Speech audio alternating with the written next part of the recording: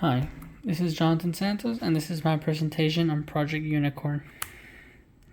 What I learned from the first article was that the article talked about characteristics that make up people who have RH-null, such as it being 1 in a million people having it.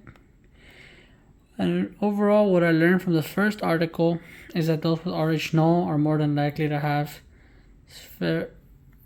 spherocytic anemia. And spherocytic anemia will eventually end up causing a different type of anemia that ends up causing the red blood cells to die faster than normal.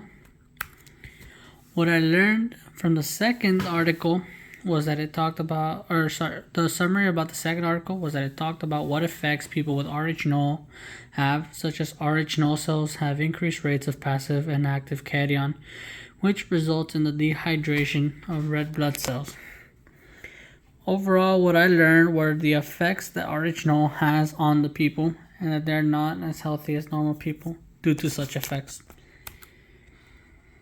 Lastly, from the third article, the summary of the article was that it talked about ways to treat hemolytic anemia before the woman goes into labor. It also talks about the most common time the autoimmune hemolytic anemia occurs during pregnancy, which is near the end of the pregnancy. I also learned ways to stop the hemolytic anemia for a short while, as I need to constantly take types of steroids or medication to help suppress that type of anemia, which the hemolytic anemia is the anemia that breaks down the red blood cells at a quicker pace than they are able to be produced at. Overall, the solution that I came up with is the solution I'm proposing would be to be able to suppress the genes that cause the spherocytic anemia. And spherocytic anemia causes red blood cells to break down faster than normal.